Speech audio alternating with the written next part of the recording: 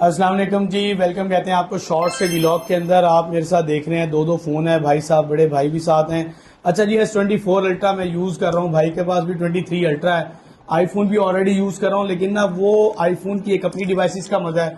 एक मेरी Android device होती है लाजमी तौर पे, और S24 बहुत ज़बरदस्त फ़ोन था, मैंने यूज़ किया है। तो अभी रिसेंटली हमने दोनों फ़ोन ऑर्डर किए हैं, और ये है जी S25 अल्ट्रा। क्लोज करो यार, अनबॉक्सिंग करने लगे हैं। बिस्मिल्लाहिर्रहमानिर्रहीम। चले जी, इसको अल्लाह खैर करे जी। इसको जो इधर से पहला इस साइड से। यार इसकी स्ट्रिप्स उतार लेते हैं, बल्कि ये है यहाँ से, ये लें जी, ये भी आ गई। नहीं, ये देखो, अरे यार हो गई। ओके किया। हाँ, जल्दी। ये देखें जी, माशाल्लाह, ये इसका जो है ना बड़ा ही जबरदस्त कलर है। इसका है titanium silver blue. Titanium silver blue मुझे बड़ा पसंद आया, तो मैंने कहा चले जी इसी दोनों ही हमने जो है ना टाइटेनियम सिल्वर अच्छा सेम जो है ना कलर इधर दिखाओ भाई। ऑर्डर किए थे।